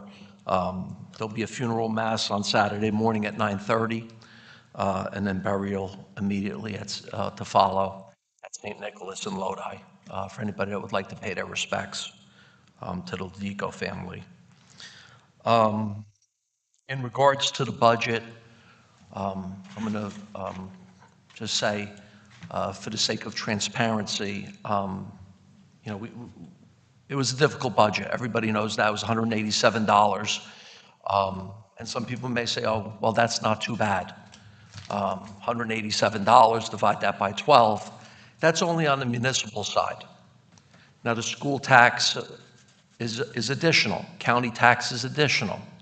And I know the school budget, that meeting was live streamed. It's $399 for the school. It's about $75 for the county.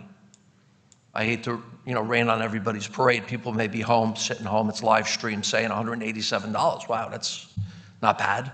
Yeah, that's the municipal side, okay?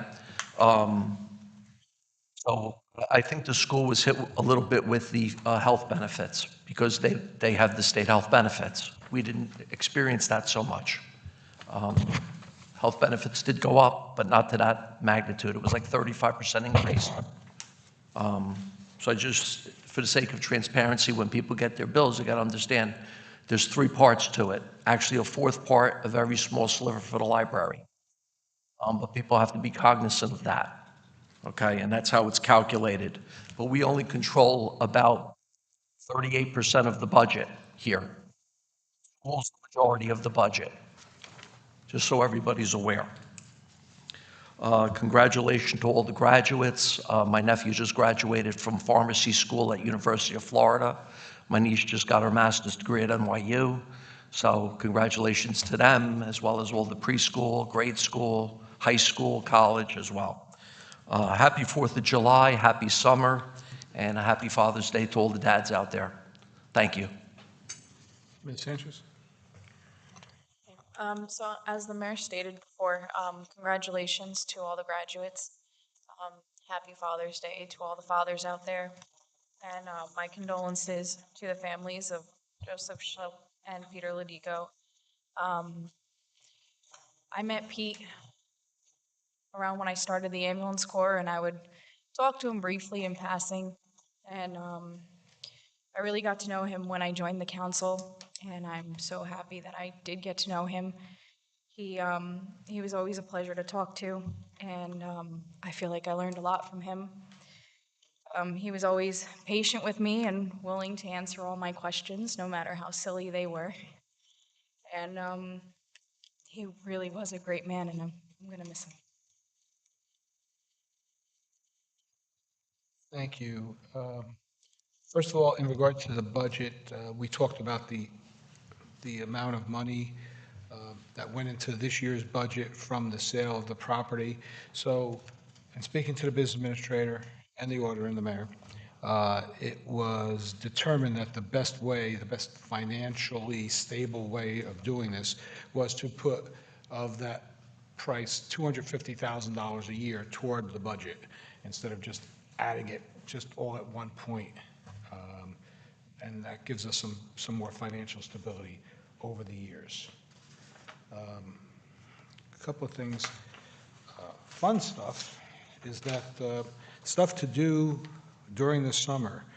It looks like pretty much every Friday during the summer at Van Solon Park in Paramus, there will be an outdoor movie. Every Tuesday at Riverside County Park in North Arlington, there will be a concert. Every Thursday, pretty much every Thursday, at Overpeck Park, there will be a concert. And yeah, so you got, and Wednesdays, there's movies at Pascagoula County Park in Westwood. So there's stuff to do pretty much every day of the week from our county. Tomorrow is Juneteenth, and for those who don't know, even though the Emancipation Proclamation was given on January 1st of 1863, it took 2.5 years before all of the vestiges of slavery were gone when they rode into Galveston, Texas, and basically declared that the 250,000 existing slaves there were now free. So it took a long time, and that is where you get the June 19th. That's where the Juneteenth celebration or observation comes in.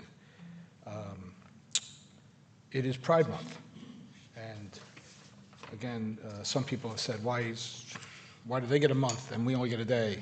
Well, in 1999, Bill Clinton decided that June would be Pride Month, and it all stemmed, not all of it, but basically 1969. In June of 1969, there was a riot in Greenwich Village, Stonewall Inn, which was a mafia-run bar that was frequented by gays of all sorts, and the police raided it without giving warning. The mafia generally would pay off the police in order to get them to come in, do their raid, and then they would, in an hour later, they'd be open for business. But this time it didn't work, and there was riots that went on for 3 or 4 days. That basically, what generally acknowledged as basically the start, one of the starts of the gay rights movement. So that is where the Pride Month comes from. Congratulations to the Knicks. I went on the train to Hoboken today, and everybody was in blue and orange. And I just hope in my lifetime that we will have a blue and orange celebration for the New York Mets, but I'm not sure about that. We lost Joe Shilp.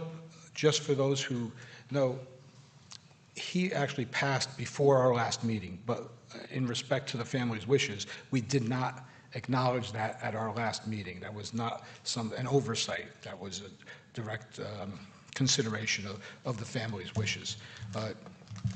Always enjoyed Joe. He had just a dry sense of humor, and he was always, to me, a very pleasure to be with. Pete Ladico, amazing man, amazing person to be with on the council. My story with Pete, my first time I ever had anything to do with him, is when I moved into town, 84 or something like that. At some point after that, my wife says, hey, I saw some advertisement in the paper. They're going to have an independent club meeting. So she says, well, you're independent. You're not registered either way. I was like, okay, I'll go. And it just turned out to be the We Hate Pete Ladico Club. And basically, they did everything in the world to not get Pete Ladico elected. And I thought Pete Ladico was a demon, the way they made it seem.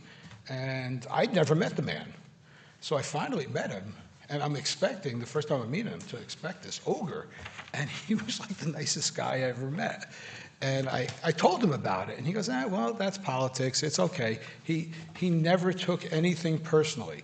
And like I said at the last meeting, I think, when we gave him a proclamation when he was here, no matter what side you're on, you're Republican or Democrat, independent, whatever you were, he treated you the same. When it was a majority one side, Pete was there and never cared what political party you were from. He just treated everyone with dignity and respect, and he will be sorely missed. He's an icon, and I join in the mayor and all the members of the council, I believe, when I say that we should be doing something in his honor. And this council meeting, since he was so associated with the council room, not so much this room, but a council room. Whenever you saw a council meeting or came to a council meeting, there was Pete, and people pointing fingers and yelling and everything like that, and he just was the voice of calm and reason. And he kept everything on an even keel.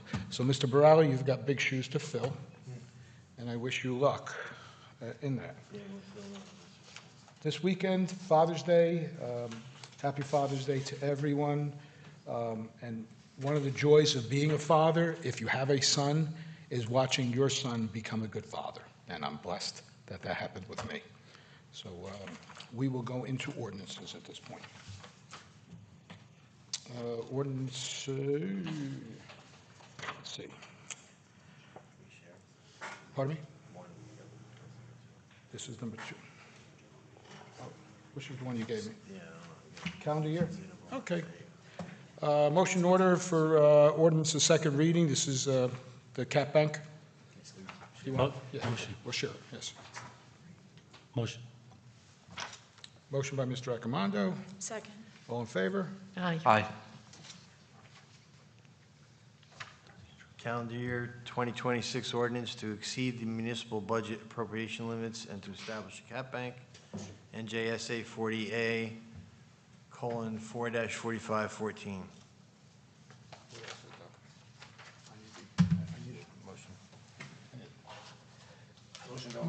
Motion to open to the public. Motion. Motion, Ms. Mazers, second by Mr. Accomando. All in favor? Aye. Any against? Nope. Motion, the meeting is now open to the public to discuss or to comment on this ordinance only. Seeing no takers, I will entertain a motion to close the meeting to the public on this ordinance. Motion to close. Motion to close, Mr. Garrick. Second. Second by Ms. Sanchez. All in favor? Aye. Aye. Now it's you. Be it resolved by the Township Council of the Township of Saddlebrook that the ordinance entitled Calendar Year 2026 Ordinance to exceed the municipal budget appropriation limits and to establish a cap bank, NJSA 40A:4-45.14, does now pass on second and final reading, and that the Township Clerk be directed to advertise said ordinance or title thereof in the press, together with the notice of the date of passage and of said ordinance according to law. Motion to approve. Motion. Second. Motion, Ms. Mazur. Second. Second, Mr. Garrick. Roll call. Councilman Garrick? Yes. Councilman Accomando? Yes. Councilwoman Sanchez? Yes. Councilwoman Mazur? Yes. Council President Similuka? Yes. The next ordinance is for first reading, but I believe we have a motion to table. Mr. Accomando? Yes, for the graffiti, yes. This is the next one? I would just like, Is that the graffiti one? Yeah, that's great. Okay. Further discussion about it, because it seems like all these property maintenance things we get involved with, it's either you do the same across the board or you don't do it at all. So we have to be a little more strict with some of these ordinances because we can't pick and choose who we want to go after and who we don't want to go after. So for that, I'd like to table this and discuss it further. Okay, there's a motion on the table to table it. This is ordinance 1804-26. Is there, well, there doesn't need to be a second. Yes. It does? Needs a second. Needs a second? Second? Second. Second, Ms. Sanchez. Roll call. Councilman Garrick? Out of respect for Councilman Accomando, I will vote yes to table it. Councilman Accomando? Yes. Councilwoman Sanchez? Yes. Councilwoman Mazur? Yes. Council President Similuka? Yes. Thank you. So ordinance has been tabled, and then we will have a discussion of this in greater detail at the July 16th, is it? Yes. July 16th work session. Okay, the next ordinance is first reading, is motion to give a first reading on the ordinance 1805-26. Motion? Motion. Motion, Ms. Sanchez. Second. Second, Mr. Garrick, all in favor? Aye.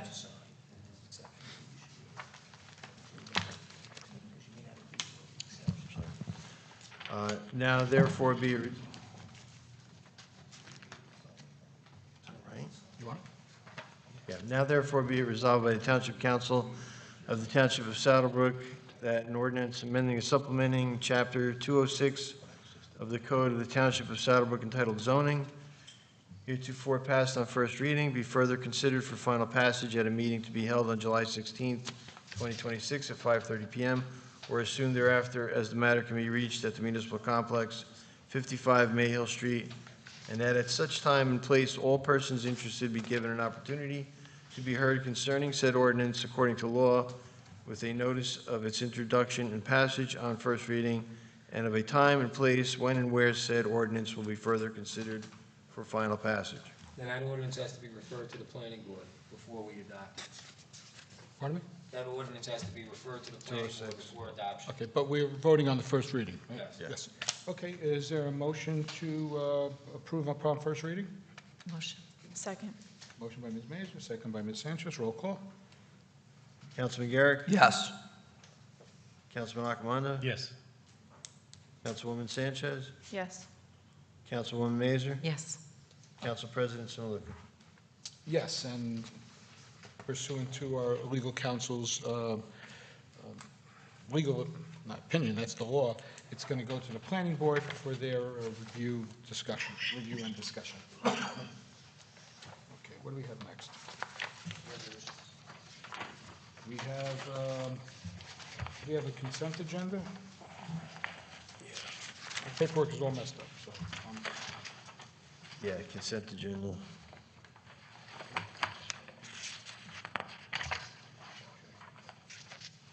Want to read it? Yep. All items listed with an asterisk are considered routine and non-controversial by the Township Council and will be approved by one motion.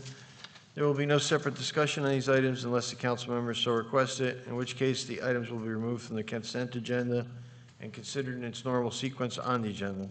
The one motion signifies adoption of all resolutions, receive and file letters, correspondence, reports, and approval of minutes and applications. Okay, which Through the items chair. are not on the consent agenda? Which items have been? Resolution number 3 is being tabled, and resolution number 11 is going to be voted on separately, because Councilwoman Mazer needs to recuse herself. The boatload of resolutions here, other than 3 and 11, is there a motion to approve? Motion. Motion, Mr. Accomando.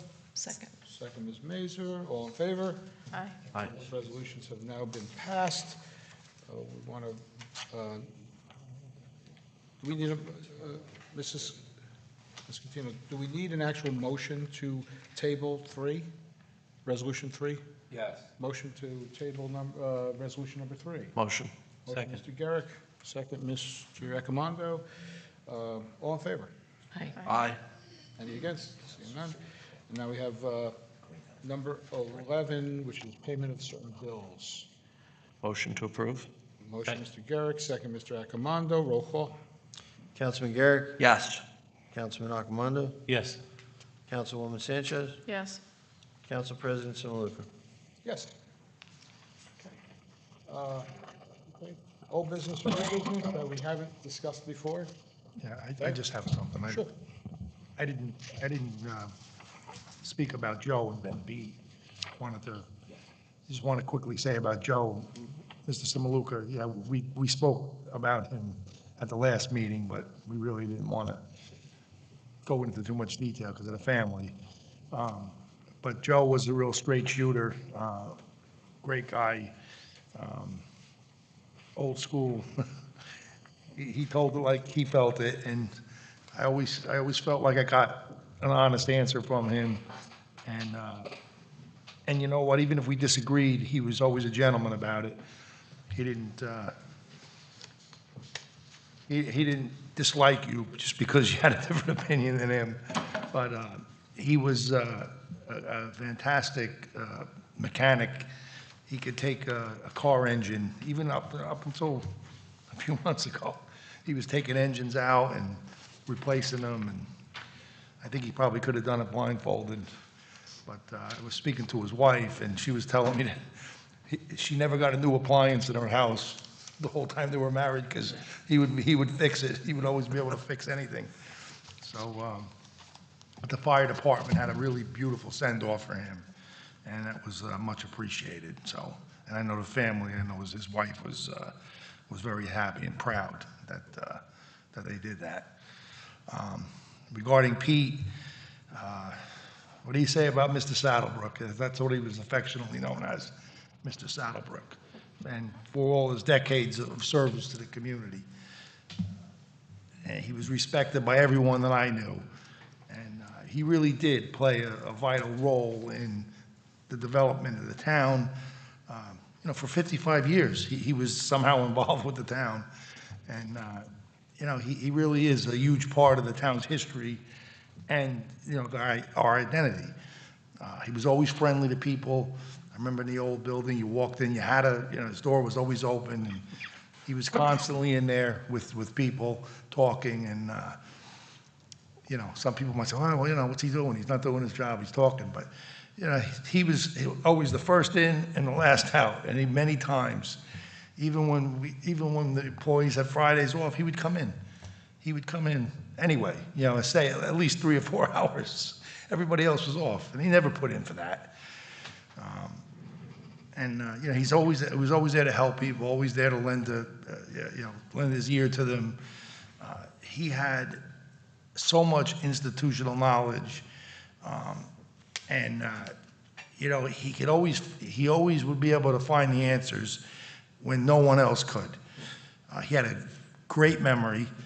I mean, he didn't need a cell phone. He remembered everybody's birthday, every dates of meetings. He had so many stories too about contentious meetings back from the 70s and 80s, and he remembered every little detail of it. He was a great mentor to me, and he could read the pulse of the community better than anyone that I ever knew. And I'm going to miss our long talks and his brotherly advice. And my world as the mayor really is not going to be the same, and never going to be able to fill that void. But more than anything, Pete was my friend. He was a great friend of mine, and it's going to be very different and very sad moving forward, and I'm going to miss him a lot. So God bless you, Pete. Thank you. Anyone else before we open it up to the public again? Through the chair. Yes, sir. Sorry. Okay. Just one other thing about Pete. Pete was affectionately called Penny Pinching Pete. And in all honesty, without Penny Pinching Pete, this building wouldn't be here, and we wouldn't be sitting here. So I remember being on the council back then, and Pete suggesting that we purchase this property. And I'm like, Pete, did you just hit your head? You know how much this is going to cost? And he's like, no, we got to do this. And for many years, and people that grew up here know, with the thermometer out in front of the municipal building, and they were going to do a recreation center, and they were going to raise money and so forth for the kids, we were able to actually accomplish that. And that's one of many wonderful things that the mayor and so a lot of the people on the council have been able to accomplish. But people may not know that, but without Pete giving the go-ahead and the nod to do that, I don't think this place would be here. So just an incredible person, truly. Thank you. Entertain a motion to Through the open the meeting to the Through public. the chair. Mr. Holmesy. Sorry, just one last item. Just for the sake of the clerk's office, just to be, so we could advertise the next 2 meetings properly, because we're combining. So we just want to confirm that they are combined in the start time. 5:30, or do you want to do 5 o'clock, just in case and then do 7 or 7 or when we finish the first meeting? I mean, it can't be, if we do 7 o'clock for a regular meeting, we can't open it, we can't do it before then, but I think you should have the notice say, yeah, 5:30 work session immediately followed by a regular meeting. So this way, if you end early, you don't have to wait till 7. Okay. I didn't know If you want if, to start early, that's up to the council. I didn't know if you had to give a specific time for the regular meeting. No, well, because you're advertising the meeting as, you are giving a date and time, and you're saying that the other meeting will immediately follow the work session. I mean, you could continue doing it the other way, but it's not wrong to do it the way I just said. Might be 2 hours. Yeah, well, you know what? Since we don't have to wait, if we finish early of the work session, I would say start at 5, just to give us enough time if we need it. And then if we finish at 6:30, then we start the regular meeting at 6:30. So we'll advertise it for 5. I would say 5. And then Is the 5 regular meeting to proceed. in July, is that, It's a little early, but is that too early, or? I'm okay with it. Okay. My only thing is, by having the regular meeting right after, and some members of the public don't want to come to the work session. They might want to just come to the regular meeting. Well, that's why I said that, I thought that we had to, but apparently Mr. Scatino is saying that we don't, that I'm mistaken. No, but that doesn't mean you can't, it just means you don't have to.